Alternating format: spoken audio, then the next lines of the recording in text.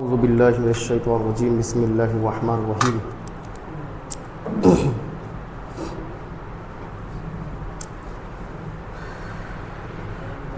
قال النبی صلی اللہ تعالی وسلم زینوا مجالسکم بالصلاۃ علی فإن الصلاۃ علی نور لکم یوم القیامہ، کہ تم اپنی مجلسوں کو مجھ پر درود شریف پڑھ کر آراستہ کرو، بے شک تمہارا درود پڑھنا بروز قیامت تمہارے لیے نور ہوگا۔ درود شریف پڑھیں، اللہم صلی علی سیدنا محمد وعلی آل سیدنا مولانا محمد وبارک وسلم۔ الحمدللہ جمعہ کا دن بڑی برکت والا دن ہے، تو الحمدللہ اس کے تعلق سے ہم کو سنیں گے ایصال ثواب کے تعلق سے۔ اللہ رب العزت کی بخشش و عطا کی کوئی حد نہیں، اس کی رحمت کے سمندر کا کوئی کنارہ نہیں، وہ اپنے بندوں پر انتہائی شفیق اور مہربان ہے۔ اور جس طرح بندہ جب تک زندہ رہتا ہے تو اسی طرح اس کے تعلقات رہتے ہیں، اور اسی طرح جب وہ دنیا سے چلا جائے تو اس کے جو زندہ لوگ ہیں انہیں چاہیے اسے یاد رکھتے رہیں، بھولے نہ اسے۔ ایصال ثواب کسے کہتے ہیں؟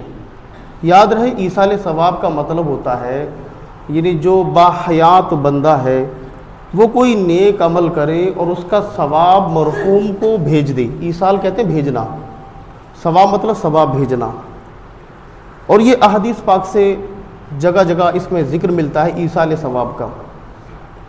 اور ہمیں کرنا بھی چاہیے، کیونکہ جب تک وہ زندہ رہا ہمارے اس کے تعلقات اچھے رہے، بہتر رہے، آتے جاتے رہے، اور جیسے وہ چلا گیا ہم بالکل بے وفا ہو کر بھر کے بیٹھ گئے، کبھی جھانکتے تک نہیں، جاتے ہوئے نہیں۔ جبھی تو حضور نے فرمایا تھا زور القبور، قبروں کی زیارت کرو تاکہ تم وہاں پر آتے جاتے رہو، تمہیں پتہ لگتا رہے وہاں پر حالات کیسے ہیں، اور تمہیں پتہ لگتا رہے اس قبر میں تمہارا بھائی ہے، بیٹا ہے، کون ہے، اور اس کی جب تم قبر دیکھو گے تو اس کے تعلق سے تمہارے دل میں ایک محبت پیدا ہوگی۔ اب بھی تم کچھ کر تو سکتے نہیں، تو کم سے کم اتنا کر سکتے ہو کہ کوئی اللہ کا کلام پڑھ کر اس کے لیے دعا کر دو، کچھ صدقہ کر دو، تو اسے ایصال ثواب کہتے ہیں۔ الحمدللہ یہ ہم اہل سنت کا معمول ہے، اور شروع سے ہی کرتے آئے ہیں، صحابہ کرام کے دور سے الحمدللہ ایصال ثواب کا کانسیپٹ ہے۔ ہم حدیث پاک کی روشنی میں سنیں گے۔ ام المومنین عائشہ صدیقہ رضی اللہ تعالی عنہا فرماتی ہیں، یہ بخاری شریف حدیث نمبر 2760 ہے۔ حضرت عائشہ رضی اللہ تعالیٰ فرماتی ہیں، ایک شخص نے نبی اکرم صلی اللہ علیہ وسلم سے عرض کیا کہ میری امی کا اچانک انتقال ہو گیا ہے، یعنی میری ماں فوت ہو گئی ہیں،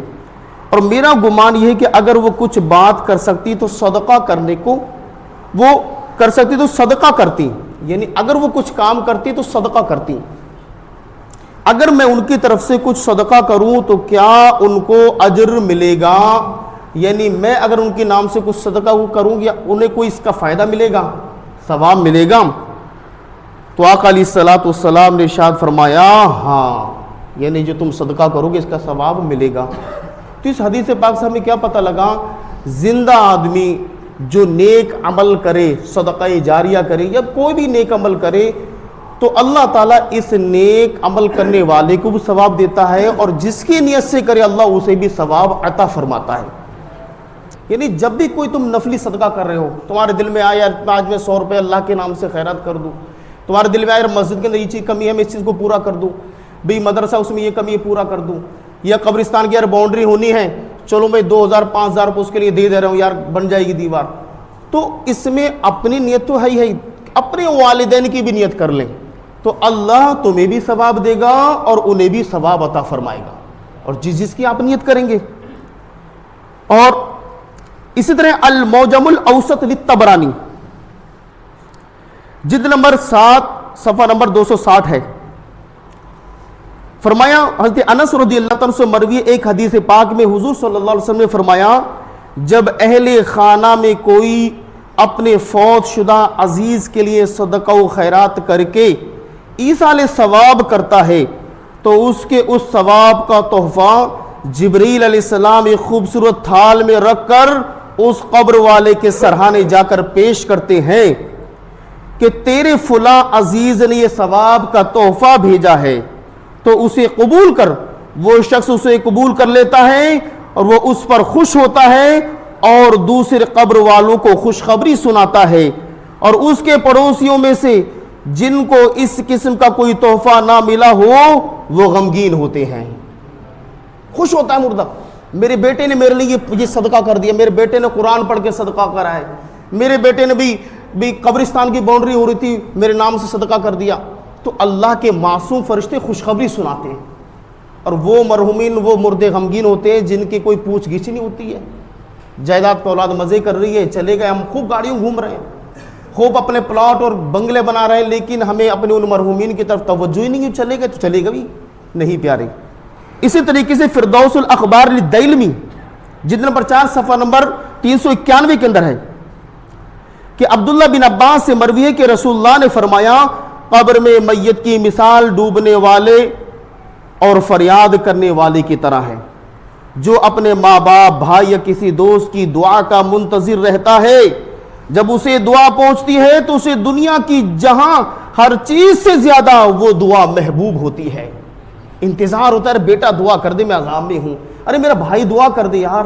ارے میرا وہ دوست دعا کر دے جو ہمیشہ میرے ساتھ رہنے کی قسمیں کھاتا تھا۔ فرمایا جب یہ دعا پہنچتی ہے اسے سکون ملتا ہے۔ یہ دعا جو آج ہم ایک نارمل سمجھتے ہیں، ارے ہوگی فاتحہ ہوگی چلو کوئی نہیں پیاری، یہ دعا اس کے نزدیک دنیا کی ہر چیز سے زیادہ پیاری ہوتی ہے۔ اللہ تعالیٰ، بے شک اللہ تعالیٰ اہل دنیا کی دعا سے اللہ تعالیٰ اہل قبور کے پہاڑوں کے برابر اجر عطا فرماتا ہے۔ مردوں کے لیے زندوں کا بہترین تحفہ ان کے لیے استغفار کرنا اور صدقہ کرنا ہے۔ بھی آپ اپنے تحفہ دینا چاہتے ہیں، مرحومین کو استغفار کریں یا اللہ ان کے گناہ معاف فرما دے، ان کے نام سے صدقہ کریں، یہ ہے اصل محبت۔ یہ کوئی محبت نہیں انتقال ہوگا، رو رہا ہے، پیٹ رہا ہے، برا حال کر دیا، دورے پڑ گئے، ٹھیک ہے نا، ان کے نام سے قرآن نہیں پڑھ رہا، یہ کلمہ شریف نہیں پڑھ رہا، ان کے نام صدقہ نہیں کر رہا، دورے پڑھ رہے ہیں، اور تھوڑی دیر کے بعد نماز جنازہ بھی نہیں پڑھے گا، 2 دن گزریں گے فاتحہ تک پڑھنے نہیں جائے گا۔ ایسی محبت کوئی فائدہ نہیں ہے۔ تو کس لیے علماء کرام فرماتے ہیں اپنی اولاد کو اس قابل کر کے جاؤ کم سے کم تمہاری قبر فاتحہ ہی پڑھ دے، استغفار کر دیا، اللہ میرے والد کی بخشش فرما دے، یہ دعا ہی مانگ لے۔ اللہ اکبر۔ کوئی محبت نہیں انتقال ہوگا، رو رہا ہے، پیٹ رہا ہے، برا حال کر دیا، دورے پڑ گئے، ٹھیک ہے نا، ان کے نام سے قرآن نہیں پڑھ رہا، یہ کلمہ شریف نہیں پڑھ رہا، ان کے نام صدقہ نہیں کر رہا، دورے پڑھ رہے ہیں، اور تھوڑی دیر کے بعد نماز جنازہ بھی نہیں پڑھے گا، 2 دن گزریں گے فاتحہ تک پڑھنے نہیں جائے گا۔ ایسی محبت کوئی فائدہ نہیں ہے۔ تو کس لیے علماء کرام فرماتے ہیں اپنی اولاد کو اس قابل کر کے جاؤ کم سے کم تمہاری قبر فاتحہ ہی پڑھ دے، استغفار کر دیا، اللہ میرے والد کی بخشش فرما دے، یہ دعا ہی مانگ لے۔ اللہ اکبر۔ انہیں بھی اس کا اجر عطا فرما دے گا۔ اب ایک مسئلہ ہے، وہ مسئلہ یہ ہے کسی غیر کی طرف سے نفل نماز ادا کرنا، یعنی کیا بھی ہم کوئی نفل پڑھے، ہم نے دعا کی اللہ اس کا ثواب فلاں مرحوم کو عطا فرما دے، کیا یہ نماز میں پڑھ رہا ہوں دوسرے کو ثواب مل سکتا ہے؟ کیا حدیث پاک میں کوئی ایسے الفاظ ہیں جس سے یہ کانسیپٹ بنایا جائے ہاں ایسا ہو سکتا ہے؟ تو پیارے ہو سکتا ہے، میں آپ کو بتاؤں۔ ابو داؤد حدیث نمبر 4308 ہے یہ، اور آقا علیہ الصلوۃ والسلام نے فرمایا کہ قیامت کے دن، یعنی پورا میں حدیث کا بیک گراؤنڈ بتا رہا ہوں پہلے آپ کو، کہ قیامت کے دن اللہ تعالیٰ مسجد عشار میں جو بصرہ کی ایک بستی میں واقع ہے ایسے شہیدوں کو اٹھائے گا کہ شہداء بدر کے سوا کوئی ان کا ساتھ کھڑا نہ ہوگا۔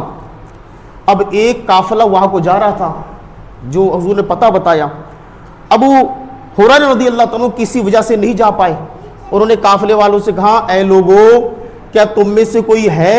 جو 2 رکعت یا 4 رکعت نفل پڑھ لے اور پھر یہ کہہ دے یا اللہ یہ ابو بکر اس کا ثواب ابو بکر کو بھی ابو ہریرہ کو بھی عطا فرمانا۔